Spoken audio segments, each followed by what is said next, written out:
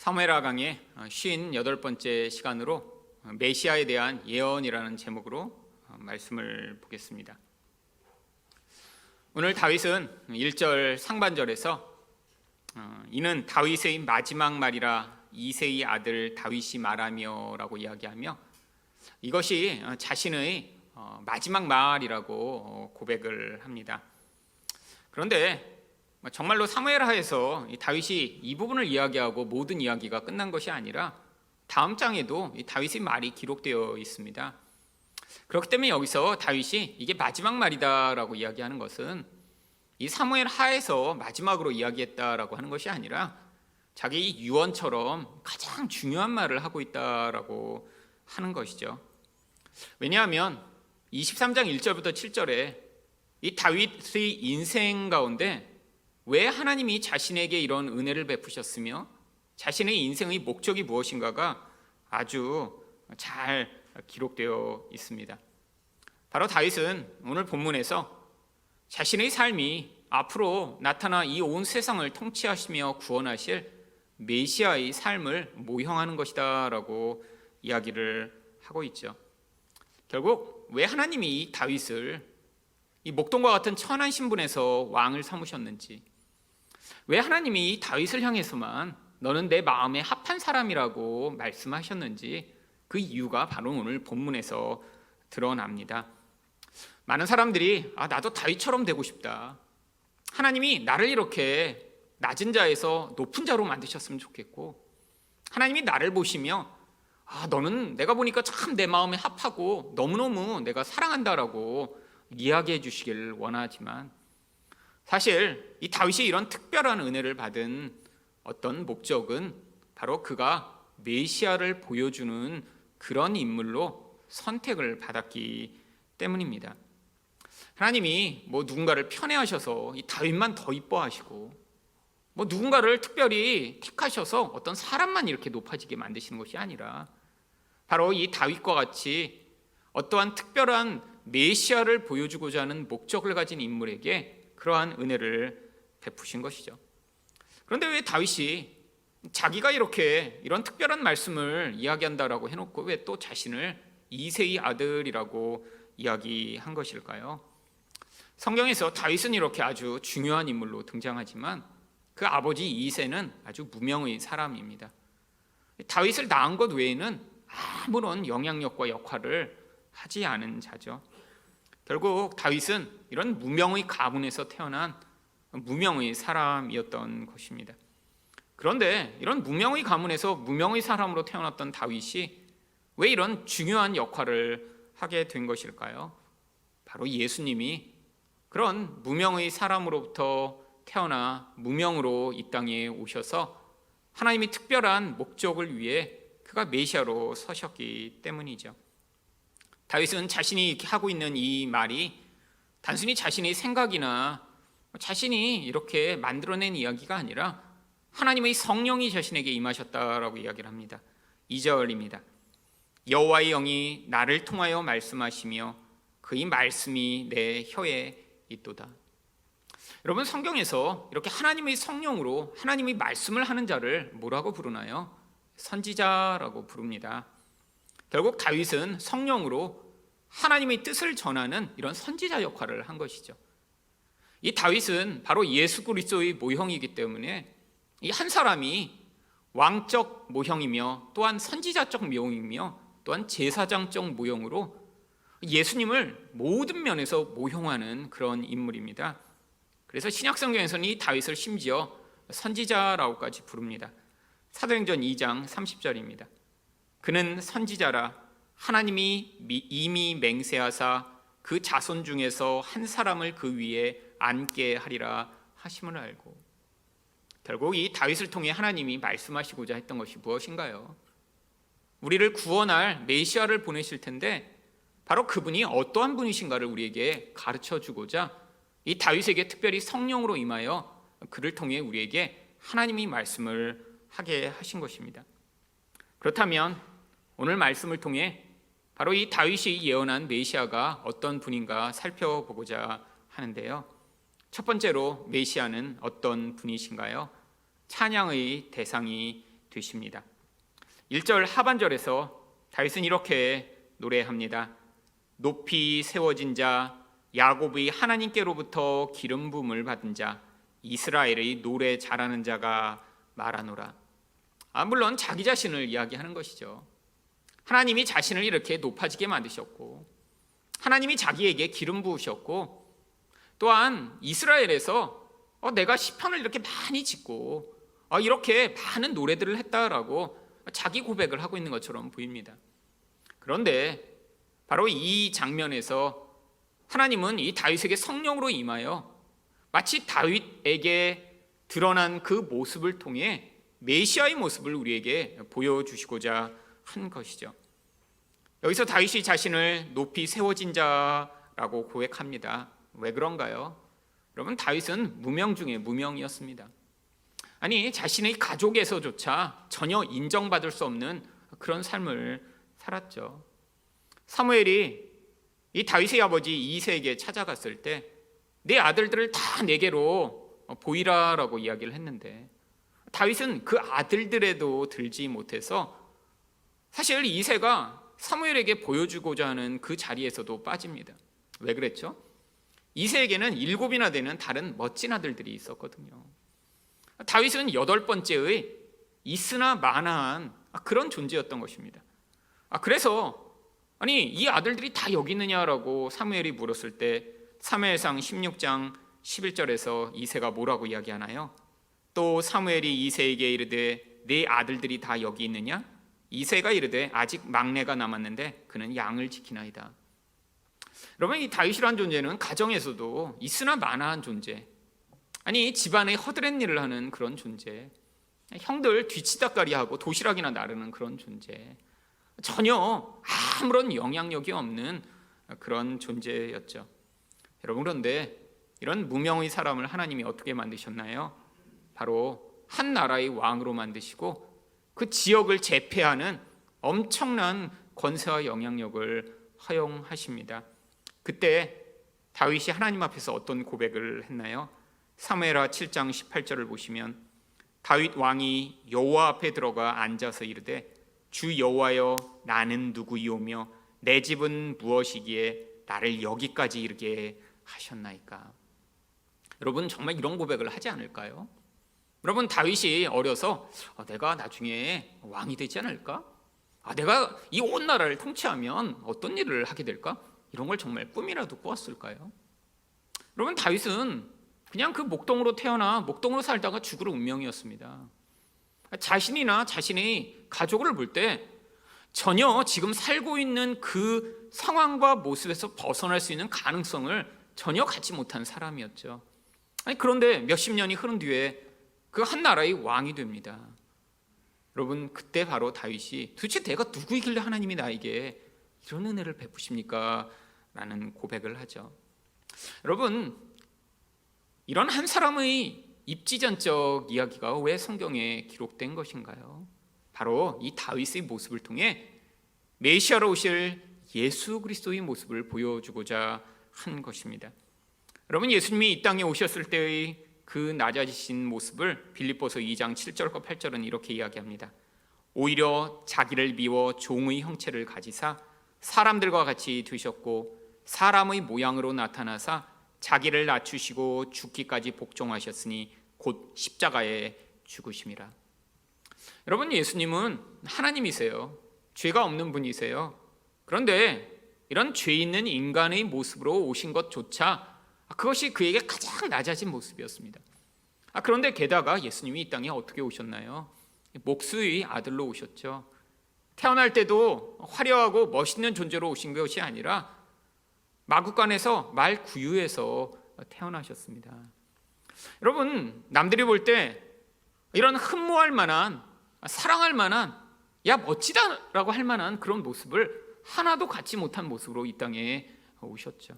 여러분, 그런데 예수님이 이 땅에 이런 모습으로 오셨다가 그가 바로 이 십자가라고 하는 낮아짐의 가장 깊은 곳에 있는 그 과정을 통과하신 뒤에 그가 어떠한 그러한 하나님의 높임을 받으셨나요? 빌립보서 2장 9절과 10절을 보시면 이러므로 하나님이 그를 지극히 높여 모든 이름 위에 뛰어난 이름을 주사 하늘에 있는 자들과 땅에 있는 자들과 땅 아래에 있는 자들로 모든 무릎을 예수의 이름에 꿇게 하시고.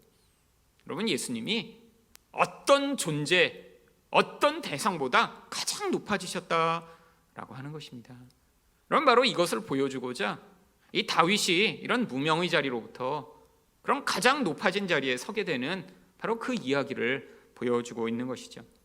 여러분, 또한 다윗은 스스로가 하나님이 자기에게 성령으로 기름 부으셨다라고 이야기를 합니다. 바로 사무엘상 16장 13절에 나오는 이야기죠. 사무엘이 기름 뿔병을 가져다가 그의 형제 중에서 그에게 부었더니 이날 이후로 다윗이 여호와의 영에게 크게 감동되니라. 물론 당시에 이제 앞으로 왕으로 이 다윗이 이제 택정되었다라는 그 증거로서 이 올리브유를 가득 채운 기름 뿔병으로 머리에서 기름을 부었습니다. 이것은 모형이죠. 구약에서 하나님의 특별한 역할을 맡은 왕과 선지자와 제사장이 바로 성령의 기름 부음으로 그 역할을 감당하게 될 것을 그림으로 보여주고 있는 것입니다. 바로 이 말씀대로 다윗은 이 기름 뿔병에 나온 그 올리브유 때문에 그가 그런 역할을 하게 된 것이 아니라 하나님의 성령이 이 다윗에게 임하여 그가 왕으로서, 제사장으로서, 선지자로서 하나님이 역할을 감당하게 하셨던 것이죠. 여러분, 그런데 이것도 모형입니다. 한 사람을 통해 앞으로 진짜 우리를 통치할 분, 우리를 위해 진짜 희생할 제사장의 역할을 할 분, 또한 우리를 하나님이 말씀으로 지도하여 이끄실 분이 누구신가 보여주고자 성경이 이 한 인물에게 나타난 이 상황을 통해 우리에게 그림으로 보여주었던 것이죠. 바로 다윗처럼 그래서 사도행전 10장 38절을 보시면 하나님이 나사렛 예수에게 성령과 능력을 기름 붓듯 하셨음에 그가 두루 다니시며 선한 일을 행하시고 마귀에게 눌린 모든 사람을 고치셨으니 이는 하나님이 함께 하셨습니다. 결국 하나님이 성령으로 예수 그리스도에게 기름을 부으셔서 그것으로 그가 이 다윗이 모형적으로 했던 진짜 역할, 마귀에게 사로잡힌 자들을 구원하며 그들을 하나님의 백성 되게 만드시는 이 놀라운 일들을 행하셨다라고 하는 것입니다. 마지막으로 또한 다윗은 자기가 이스라엘의 노래 잘하는 자라고 이야기를 합니다. 물론 이 다윗은 어느 누구보다 시편을 많이 썼죠. 누구보다 더 많은 노래를 했을 것이고요. 또 그가 악기도 아주 잘 다루었습니다. 그런데 여기 나오는 이 노래 잘하는 자라고 하는 구절은 다르게 번역하면 이스라엘 백성들에게 가장 노래로 칭송받는 자라고도 번역할 수 있는 부분입니다. 그런데 여기서는 바로 이 두 번째 해석이 더 적절한 해석인 것 같습니다. 왜냐하면 이 다윗을 통해 하나님이 이 메시아의 모습을 보여주시고자 했기 때문이죠. 여러분, 다윗은 이스라엘에서 가장 칭송받는 자였습니다. 이 사울이 다윗을 미워하게 된 이유도 이스라엘 모든 백성들이 다윗을 뭐라고 노래했나요? 사무엘상 18장 7절을 보시면 여인들이 뛰놀며 노래하여 이르되 사울이 죽인 자는 천천히요 다윗은 만만이로다. 여러분, 이 다윗이 이렇게 모든 존재보다 뛰어나며 우리를 구원할 자라고 하는 그런 칭송을 받게 되자 바로 사울의 질투와 미움을 받게 되죠. 여러분, 결국 예수님이 바로 하나님의 백성으로부터 이런 찬양과 이런 높임의 대상이 됨을 보여주고자 이 다윗을 등장시킨 것이죠. 여러분, 우리가 찬양할 대상이 무엇인가요? 우리가 높여야 할 대상이 무엇인가요? 결국 우리를 구원할 자입니다. 여러분, 바로 우리가 이 땅에서 해야 될 가장 중요한 일은 우리 인생을 구원할 것이 갑자기 이렇게 주식이 올라서 떼돈을 벌거나 아니 갑자기 로또에 당첨돼서 내가 누리지 못하던 그런 행복을 누리게 되는 것이 아닙니다. 여러분, 젊은이들이 점점점 지금 미래가 불안하고 상황이 어려우니까 이런 대박을 치기를 열망하며 주식에 몰빵을 하거나 로또를 사는 사람들이 점점 늘어나고 있다고 합니다. 여러분, 올 상반기에만 팔린 로또가 2조 원이 넘는데요. 그럼 엄청난 돈을 지금 내가 1억 천금을 얻게 되면 내 인생이 구원을 받을까라는 그런 열망으로 쏟아붓고 있는 것이죠. 여러분, 우리 인생에서 로또가 당첨된다고 정말 우리 인생에 구원이 나타날까요? 여러분, 우리 인생 가운데 내가 선택한 어떤 주식이 올라서 이전에 얻지 못하던 그런 많은 부여를 얻게 되면 내가 그것을 찬양하며 노래하며 내 인생에서 진정한 기쁨과 행복을 맛볼 수 있게 될까요? 아니요. 하나님 백성이라면 하나님이 결국 이 땅에서 우리를 구원할 자가 예수 그리스도 한 분만이심을 고백하는 인생을 살도록 이끌어 가십니다. 여러분, 바로 그거를 경험한 자들이 나중에 모여 요한계시록 7장 9절과 10절처럼 이 이후에 내가 보니 각 나라와 족속과 백성과 방언에서 아무도 능히 셀 수 없는 큰 무리가 나와 흰옷을 입고 손에 종려가지를 들고 보좌 앞과 어린 양 앞에 서서 큰 소리로 외쳐 이르되 구원하심이 보좌에 앉으신 우리 하나님과 어린 양에게 있도다. 여러분, 이 찬양을 누가 부를 수 있을까요? 이 땅에서 바로 이 예수 그리스도와 하나님의 구원을 경험한 자들이 감격과 감동에 사로잡혀 함께 모여 우리가 이것을 찬양하며 이것을 노래할 날이 반드시 이를 것입니다. 여러분, 이 땅에서 성도는 바로 이것을 경험해야죠. 이것을 경험하기를 열망해야죠. 아니, 하나님이 정말로 나의 인생의 유일한 구원자가 되심을 노래하며 찬양하며 결국 바로 이 찬양의 그 절정에 이르는 그 순간을 우리는 반드시 맞이하게 될 것입니다. 여러분, 바로 이 메시아가 우리에게 예수 그리스도로 오셨습니다. 가장 낮아진 자로 오셔서 가장 높임을 받으신 분, 성령으로 기름 부음을 받아 우리를 구원하신 분, 또한 우리의 찬양과 높임의 유일한 대상이 되시는 분. 다윗은 그분을 만나보지도 못했지만 미리 성령으로 그분을 노래하고 이분이 오실 것이다라고 우리에게 예언을 했는데 이미 오신 그 예수 그리스도를 우리는 지금 높이고 경배해야 하지 않을까요? 두 번째로 메시아는 어떤 분이신가요? 공의로운 통치로 복을 주십니다. 3절 말씀입니다. 이스라엘의 하나님이 말씀하시며 이스라엘의 반석이 내게 이르시기를 사람을 공의로 다스리는 자 하나님을 경외함으로 다스리는 자요. 물론 자신의 이야기를 고백합니다. 여러분, 자기가 스스로 이렇게 공의롭게 다스렸다라고 고백을 하는데 이것은 틀린 말이 아니에요. 성경에서는 늘 공의로운 통치라고 하는 어떤 기준을 이 다윗에게 두고 있습니다. 공의로운 통치라는 게 무엇인가요? 바로 하나님의 기준에 의해 백성들을 다스리는 것을 의미하죠. 근데 그 기반이 어디에 있다라고 얘기합니까? 하나님을 경외하는 데서 시작된다라고 이야기합니다. 여러분, 경외가 무엇인가요? 바로 하나님을 모든 것 가운데 가장 존귀하고 높은 존재로 여기는 데서부터 바로 이 정의로운 통치가 나타난다라고 하는 거예요.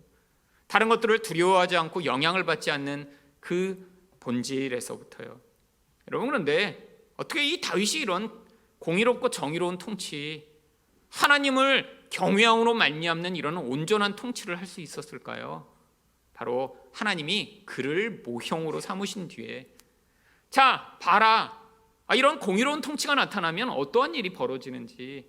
그런데 이것도 완전한 것이 아니지만 언젠가 내가 메시아를 보내 너희를 이렇게 완전하게 다스리고 통치할 것이다 라는 것들을 우리에게 가르쳐 주시고자 한 것입니다. 그것이 바로 예레미야 33장 15절에 그날 그때 내가 다윗에게서 한 공의로운 가지가 나게 하리니 그가 이 땅에 정의와 공의를 실행할 것이라. 여러분, 이 정의롭고 공의로운 통치가 왜 필요한가요? 여러분, 불의한 통치가 판을 치면 바로 모든 사람들이 고통하게 되어 있습니다. 여러분, 불의한 세상이라고 생각해 보세요. 여러분, 강자들만 대우를 받고 강자들은 모든 법의 그러한 처벌로부터 자유로우며 그래서 약자와 힘이 없는 자들은 남보다 더 많은 고통하는 그러한 불평등한 세상. 여러분, 공의로운 통치가 나타나야 아무리 세상에서 힘이 강하고 아무리 똑똑하고 아무리 많은 권세를 가지고 있다라고 하더라도 동등한 법 앞에서 그리고 온전한 법 앞에서 동등한 판결을 받을 수 있죠. 여러분, 이 공의가 무너지게 되면 사회의 기반이 다 무너지게 됩니다. 결국 강자만 살아남거든요. 힘 있는 자만 모든 것을 자기들의 유익과 편리가 보장되는 방식으로 만들어 가거든요. 모든 이익들은 결국 이렇게 미리 정보를 알고 힘 있는 자만 점점 얻게 되어 있거든요. 바로 이 세상의 모습 아닌가요? 여러분, 사회를 정의롭고 공의롭게 만들겠다라고 이야기를 하고 있지만 실제로 그렇게 그것들을 더 많이 주장하고 더 열심히 주장하는 사람일수록 사실 개인적인 그런 이기적인 목적을 위해 더 많이 살아가고 있는 모습을 볼 때 얼마나 더 많은 실망을 하게 되나요? 여러분, 그게 바로 인간의 속성입니다. 자기가 많이 말하는 것일수록 그 영역에 있어서 자기가 더 민감한 거예요.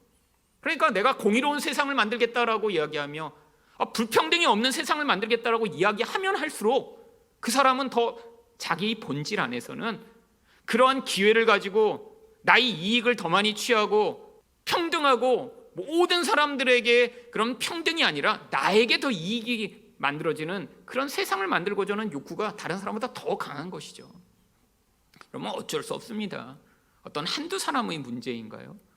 아니요. 역사상 실패한 공산주의가 여러분 가장 중요한 그런 캐치프레이즈로 내세웠던 것이 무엇인가요? 모든 사람들이 공동으로 생산하고 모든 사람들이 공동으로 누리는 모두가 평등한 사회. 여러분, 공산주의가 바로 이것을 캐치프레이즈로 내세우며 세계에서 엄청난 영향력을 확장했는데 결과가 무엇인가요? 세상에서 가장 불평등한 사회가 만들어졌습니다. 왜요? 바로 이 인간의 무서운 죄악으로 말미암는 이기심을 인간은 절대로 어떠한 제도나 권력이나 힘으로 억제할 수 없기 때문이죠. 권력을 가지면 가질수록, 힘을 가지면 가질수록 이 인간의 이기심이 결국 인간을 파괴하고 다른 사람을 다 죽이고라도 나의 이익을 취하고자 하는 욕구로 발현되기 때문입니다. 여러분, 근데 메시아가 임하시면 그렇지 않다라는 거예요. 메시아는 바로 온전한 기준, 하나님의 기준에 의해 모두를 다스리심으로 말미암아 바로 우리를 온전하고 공의롭게 통치하신다는 거예요. 여러분, 근데 왜 세상이 이러냐고요? 우리 메시아이신 예수 그리스도는 바로 하나님 백성들을 지금 정의와 공의로 다스리시고 계시기 때문입니다. 여러분, 언젠가 온 세상을 그 예수님이 다스리실 날이 올 거예요. 모든 죄악을 행하는 자, 하나님은 앞에서 불의한 자들을 하나님이 반드시 다 심판하실 날이 올 거예요. 근데 지금은 그 하나님이 우리들을 다스리시고 계십니다.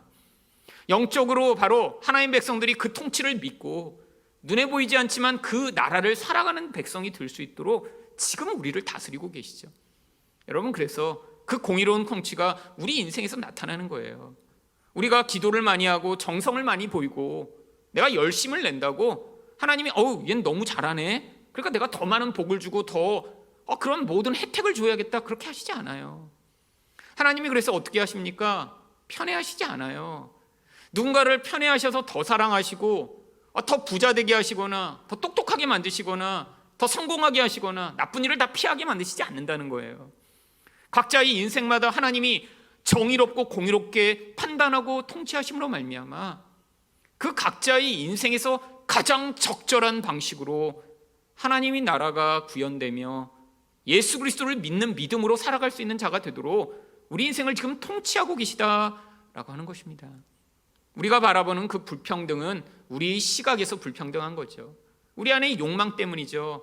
내가 갖고 싶은 무엇인가, 세상에서 왕되고 싶은 무엇인가를 하나님이 주시지 않는 것 같아서 그게 불평등하게 느껴지는 거죠. 하나님은 우리를 그런 방식으로 바라보시지 않습니다. 이 땅의 모든 것은 풀처럼 금방 다 사라져버릴 것이기 때문이죠. 여러분, 하나님이 인간을 바라보시는 아주 중요한 관점이 무엇인가요? 바로 영원성이라고 하는 것입니다. 하나님 나라의 그 영원한 가치에 부합되지 않는 모든 것들은 그냥 풀처럼 다 사라져버릴 거예요. 잠시 아름답고 잠시 화려하지만 다음 날이 되면 다 불타 사라져버릴 그런 존재예요. 여러분, 그래서 이 메시아의 통치를 온전히 받는 자들이 누리는 혜택을 바로 4절에서 이렇게 이야기합니다. 그는 돋는 해의 아침 빛 같고 구름 없는 아침 같고 비 내린 후의 광선으로 땅에서 움이 돋는 새풀 같으니라. 이 부분이 히브리어가 어렵기 때문에 한글 번역도 약간 모호하게 번역했는데, 지금 원문을 그대로 번역하면 여기서는 지금 딱 두 가지의 어둠 가운데 빛을 비추어 그 빛이 어떤 역할을 하는지를 보여주는 두 가지 빛의 이야기가 원래 나오는 구절입니다. 여기는 해의 아침빛 같고 구름 없는 아침 같고 라고 얘기했는데, 이것은 원래 구름 없는 아침에 돋는 해가 비치는 것 같은 빛 같다라고 하는 것을 이야기하는 거죠. 여러분, 다 깜깜해요. 근데 갑자기 아침에 빛이 돋아오르면서 그 어둠을 물러나게 만드는 빛처럼 바로 이런 메시아의 통치가 나타난다라고 하는 거죠. 또한 비가 내린 후에 땅에서 지금 풀이 자라나야 되는데 언제 풀이 자라나기 시작할까요? 바로 그 어둠 가운데, 촉촉한 가운데 바로 빛이 비출 때 그 따뜻한 온기로 말미암아 땅의 그런 지표면을 뚫고 이 풀의 그런 움이 돋아나기 시작하는 게 만드는 그 빛. 여러분, 그래서 바로 이 메시아의 온전한 통치를 이 어둠을 물러가게 만드는 빛, 새 생명을 돋아나게 만드는 빛이라고 이야기를 하죠. 여러분, 성경에서 어둠은 늘 저주, 죽음, 혼돈, 무질서, 죄악 이런 것들을 비유합니다. 반면에 빛은 무엇을 비유하죠? 생명과 창조, 회복, 질서, 영광, 거룩과 같은 것들을 상징하죠. 여러분, 바로 예수 그리스도의 통치가 그렇다라고 하는 것입니다. 여러분, 어두운 가운데 해가 돋을 때 바로 그것이 비치는 그 생명의 기운, 여러분, 그래서 바로 예수 그리스도가 임하실 것을 바로 예언한 사가랴 선지자도 뭐라고 예언을 하나요? 누가복음 1장 78절과 79절을 보시면, 이로써 돋는 해가 위로부터 우리에게 임하여 어둠과 죽음의 그늘에 앉은 자에게 비치고 우리 발을 평강의 길로 인도하시리로다 하니라. 여러분, 모든 인간을 어둠과 죽음의 그늘에 앉은 자래요. 여러분, 그게 바로 우리의 운명 아닌가요? 결국 죄를 짓다가 죽을 수밖에 없는 우리요, 영원한 영광과 전혀 관계없는 인생을 살다 끝날 수밖에 없는 우리요. 그런데 그런 자들에게 이 돋는 해가 나타납니다. 결국 그래서 예수님이 자신을 뭐라고 부르시나요? 나는 세상의 빛이다 라고 말씀하시죠. 여러분, 그래서 요한복음 8장 12절에서 예수께서 또 말씀하여 이르시되 나는 세상의 빛이니 나를 따르는 자는 어둠에 다니지 아니하고 생명의 빛을 얻으리라. 여러분, 바로 이 빛을 갖지 못하고 그 빛의 비춤을 받지 못한 자들은 여전히 그 어둠의 영향력 안에 살아가게 되어 있습니다. 여러분, 우리 인생 가운데 우리가 그렇게 고민하고 우리가 정말 힘들어하고 고통하는 많은 것들이 우리 영혼에서 뿜어져 나오는 이 어둠 때문 아닌가요? 우리 죽음에 대한 두려움, 우리 끊임없는 욕망, 끊임없는 질투, 미움, 불안, 우울, 분노가 결국 이 어둠의 증거 아닌가요? 여러분, 자신 안에서 이 어둠을 많이 경험하는 인생일수록 하나님 앞에 나와 하나님 내 영혼에 빛을 비춰주셔서 이 어둠으로부터 제 영혼이 자유를 얻으며 그 빛이 얼마나 강력하고 놀라운 것인가 경험할 수 있도록 해달라고 하는 그런 기도를 해야 할 것입니다. 여러분, 바로 다윗이 그 은혜를 경험한 자죠. 여러분, 다윗이 이렇게 광야에서 10년이 넘도록 도망다니며 얼마나 깊은 어두움과 얼마나 깊은 불안과 두려움을 경험했나요? 여러분, 그때 그가 고백합니다. 하나님, 나는 무덤에 들어가는 자 같습니다. 하나님, 나는 죽은 자 같아요. 내 영혼을 그 죽음의 그림자가 너무 깊게 감싸고 있습니다. 하나님, 사는 것보다 죽는 게 낫지 않을까요? 여러분, 자기 영혼으로부터 뿜어져 나오는 그 죽음에 대한 두려움, 사람들이 자기를 미워하고 사람들이 자기를 회방하며 비방할 때 경험하는 그 억울함과 분노, 여러분, 그 깊은 골짜기 가운데 하나님이 그에게 빛을 비춰주시며 은혜를 비춰주셨을 때가 5절 상반절에서 무엇이라고 고백하나요? 내 집이 하나님 앞에 이같지 아니하냐? 여러분, 비춤을 경험한 자의 고백이죠. 내 인생은 어둠뿐이었는데, 아니 아침 가운데 이렇게 돋는 해가 나타나 빛을 비추고, 아니 비 온 뒤에 새싹이 돋아나게 하기 위해 이렇게 따뜻한 빛이 비춘 것처럼 내 인생 가운데 이제 빛이 비추어 내 가정이, 내 가문이 이렇게 회복된 게 이게 이렇지 아니하냐? 이게 증거다라고 이야기를 하고 있는 것입니다. 여러분, 바로 우리 인생 가운데 이런 고백을 해야 되지 않을까요? 예수를 믿어 하나님이 나의 어둠을 물러가게 만드시며 나에게 빛을 비추어 이런 놀라운 은혜를 베푸셨음을 고백하는 인생이요. 여러분, 성경에 바로 자신을 본받고 내 인생이 그렇다라고 늘 고백했던 한 사람이 등장합니다. 누군가요? 바울 사도죠. 여러분, 바울 사도는 성경 여러 곳에서 빌립보서 3장 17절처럼 형제들아 너희는 함께 나를 본받으라 라고 이야기를 합니다. 여러분, 한 인생이 완벽한 인생이라 본받으라고 한 게 아니에요. 한 인생에게 나타난 그 하나님의 은혜의 흔적을, 그 어둠을 물러가게 만드시고 빛을 비춘 그 하나님의 능력을, 예수를 박해하며 예수 믿는 자를 죽이고 쫓아다녔던 이 한 인생에게 나타난 바로 그 놀라운 하나님 나라의 그 영광과 힘을 보라고 이야기하고 있는 것입니다. 여러분, 바울 사도가 경험했던 그 놀라운 복이 무엇인가요? 여러분, 이제는 구약에서처럼 우리 인생이 다윗처럼 목동이다가 나중에 왕이 되거나, 가난하다가 나중에 부유하게 되거나, 무명이다가 유명해지는 것이 그게 복이 아닙니다. 하나님이 참 복이 무엇인가 이제는 예수 그리스도와 그의 제자들을 통해 우리에게 가르쳐 주셨어요. 하늘나라의 생명의 복이요. 여러분, 제가 아까도 말씀드렸지만 하늘나라의 가장 중요한 판단의 관점이 무엇입니까? 영원성이에요. 이 땅에서 아무리 권력을 많이 가져도, 이 땅에서 아무리 똑똑해도, 아무리 부자여도 그 영혼의 관점에서는 그냥 순간에 지나가 버리는 거예요. 역사상 그렇게 부유했다라고 일컬어지는 그 많은 사람들이 지금 다 뭐하고 있나요? 다 무덤에 들어갔습니다.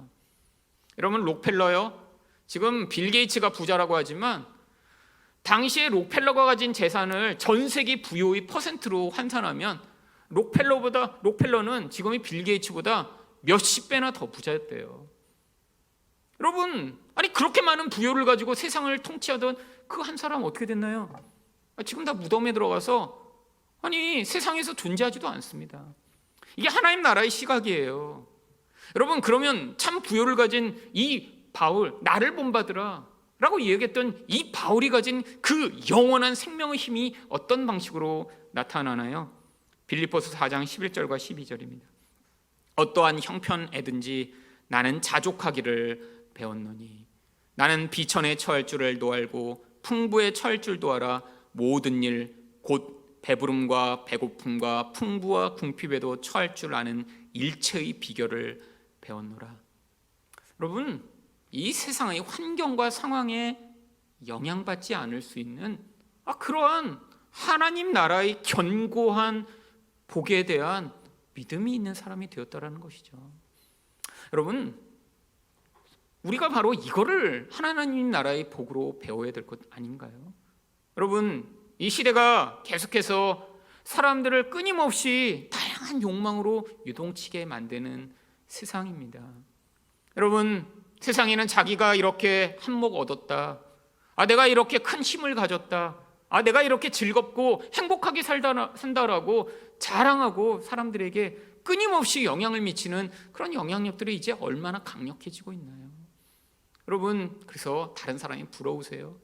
그것들을 부러워하는 만큼 우리 인생이 이미 주신 하나님의 복과 은혜가 반감되면서 우리는 점점 불행해집니다. 여러분, 이 인간의 마음이라는 건 이전에 내가 하나님의 은혜를 받은 것 같고 내가 이미 주신 것이 괜찮다라고 생각했는데 나보다 무엇인가 더 많이 가지고 더 행복한 것처럼 보이며 무엇인가 풍요한 것처럼 살아가는 사람들을 볼 때마다 바로 이미 내가 누리고 있는 것들이 아무것도 아닌 것처럼 여겨지며 질투와 불안에 사로잡히게 되는 경우가 얼마나 많은가요? 여러분, 스스로 것들을 찾아 나서는 세상이죠. 페이스북, 인스타그램을 보며 특히 젊은 사람들은 저 사람은 늘 저렇게 행복해 보이네, 늘 멋진데 이렇게 여행 가네, 늘 저렇게 풍요로운 삶을 사네? 라고 하며 나는 늘 불행하고 나는 이렇게 갖추지 못했는데 라고 생각하며 불행해하는 이 인생들의 모습이요. 여러분, 우리 마음에 달려 있습니다. 우리 마음에 예수 그리스도가 주시는 그 온전한 복을 누리지 못하면, 하나님이 나의 주인이 되시고 예수가 나의 인생을 통치하셔서 지금 나에게 가장 적절한 하나님 나라를 경험하는 그런 과정을 지나가게 하시고 계심을 우리가 믿지 못하면, 하나님이 이미 나를 다스리시고 계신데 그 다스림을 받기보다는 내가 다른 것에 내 인생을 맡겨 마치 우리 존재가 하나님이 아닌 다른 신을 섬기는 것처럼 살아가게 만들려는 그 세상의 노예가 되기 얼마나 쉬운가요? 여러분, 그래서 다윗이 5절 하반절에서 뭐라고 고백합니까? 하나님이 나와 더불어 영원한 언약을 세우사 만사에 구비하고 견고하게 하셨으니 나의 모든 구원과 나의 모든 소원을 어찌 이루지 아니하시랴. 결국 이 다윗은 하나님이 자신에게 약속하신 그 언약이 결국 자신에게 모든 것들을 이루어내는 가장 중요한 것임을 지금 고백하고 있는 것이죠. 마지막으로 메시아는 어떤 분이신가요? 악인에게 심판을 내리십니다. 6절 상반절입니다. 그러나 사악한 자는 다 내버려질 가시나무 같으니. 여러분, 우리 하나님이 통치하시는데 이런 악한 자에 대한 심판이 임하지 않는다면 그 통치는 반쪽이겠죠. 근데 하나님이 그렇지 않으신다는 거예요. 이런 악한 자들은 가시나무 같대요. 왜요? 가시나무는 성경에서 가장 쓸모없는 존재를 비유하는 대상이기 때문입니다. 여러분, 가시나무, 이 광야에 있는 가시는 그냥 한국에 있는 이 조그만 가시나무와 틀립니다. 이 가시 길이가 막 이만큼씩 10cm, 20cm씩 돼요. 여러분, 그러니까 그 가시나무를 가지고 뭘 할 수가 없는 거예요. 워낙 가시가 길고 뾰족하기 때문에. 그래서 어떻게 합니까? 6절 하반절부터 7절 상반절을 보시면 이는 손으로 잡을 수 없음이로다. 그것을 만지는 자는 철과 창자루를 가져야 하리니. 여러분, 이 가시나무도 근데 쓸모가 있습니다. 어떤 일에 쓸모가 있을까요? 땔감으로만 쓸모가 있죠. 근데 땔감으로 쓰려고 해도 손으로는 잡아서는 쓸 수가 없는 거예요. 워낙 가시가 날카롭고 기니까. 그래서 어떻게 해요? 철 낫으로, 아니 긴 창으로 가지고 가서 그 가시나무를 꺾은 다음에 그 다음 끌고 와서 불에 태웁니다. 지금 하나님이 이 세상에 있는 사악한 자들을 그렇게 다루실 거라는 거예요. 우리 하나님이 그냥 손으로 와서 그들을 이렇게 데려다가 무슨 일에 쓰시는 게 아니라 나중에 심판하시는 철퇴로 그들을 내려치시며 심판하실 것이다 라고 이야기를 합니다. 여러분, 그 약속이 시편 2편 9절에도 이렇게 나옵니다. 내가 철장으로 그들을 깨트리며 질그릇같이 부수리라 하시도다. 여러분, 이게 메시아의 공의로운 통치예요. 우리 예수님은 사랑이 많으시니까 나중에 죄 지은 자, 악인들, 너희도 다 그냥 용서할게 라고 하시는 것이 아니라 이 사악하고 악한 자들, 예수 그리스도의 발 앞에 무릎 꿇지 않는 자들, 회개하지 않는 자들을 이 철장으로, 여러분 도리깨라고 하죠. 이 쇠 망치와 같은 그런 그 철장으로 다 부수어 깨트려 버리시겠다라고 하시죠. 결국 그들이 결국이 어떻게 되나요? 7절 하반절을 보시면 그것들이 당장에 불살리리로다 하니라. 결국 다 심판을 당해 태워질 것이다 라고 이야기를 합니다. 여러분, 근데 왜 지금 그런 일이 벌어지지 않나요? 세상에 이렇게 악하고 세상에 이렇게 사악한 자들이 가득한데 왜 하나님이 지금 심판하시지 않죠? 바로 그 이유가 마태복음 13장 40절에 나옵니다. 그런즉 가라지를 거두어 불에 사르는 것 같이 세상 끝에도 그리하리라. 여러분, 지금 하나님의 심판이 임하면 아직 성숙하지 못한 자, 아직 자라나지 못한 그런 하나님 나라의 추수가 되어야 할 곡식과 같은 자들도 다 심판을 당해야 되기 때문이죠. 여러분, 우리는 완전한가요? 아니, 예수를 믿지만 우리는 하나님 앞에서 온전한 존재로 설 수 있는 자들인가요? 우리 다 같이 죄인인데 죄인이라는 사실을 고백하는 죄인이죠. 인정할 뿐이죠.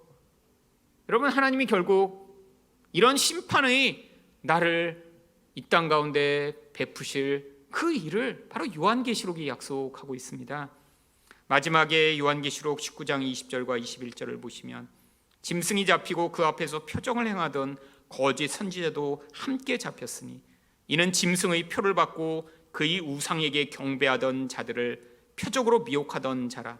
이들이 산채로 유황불 붙는 못에 던져지고 그 나머지는 말 탄 자의 입으로부터 나오는 검의 죽음에 모든 새가 그들의 살로 배불리더라. 여러분, 이 요한계시록에 나오는 이 마지막 심판에 대한 말씀은 바로 우리가 지금 어떠한 시각으로 살아야 될지를 보여주는 것입니다. 여러분, 예수 그리스도의 재림과 마지막 종말에 대한 이 종말 신앙을 잃어버리게 되면 어떻게 되나요? 바로 우리 안에서 이 눈에 보이는 세상, 지금의 현재에 집중하며 어떻게 하면 내가 더 평안하고 어떻게 하면 더 행복하고 어떻게 하면 내가 더 많은 그런 쾌락과 이익을 누리며 다른 사람보다 더 내가 높아질까를 고민하며 애쓰는 인생을 살아가게 되죠. 여러분, 이 쾌락이라는 건 현재성을 가지고 있습니다. 어떤 쾌락이 지속되는 쾌락이 있나요? 아니, 어제 정말 막 100만 원짜리 어떤 뷔페를 먹었는데 그게 오늘까지 배부른가요?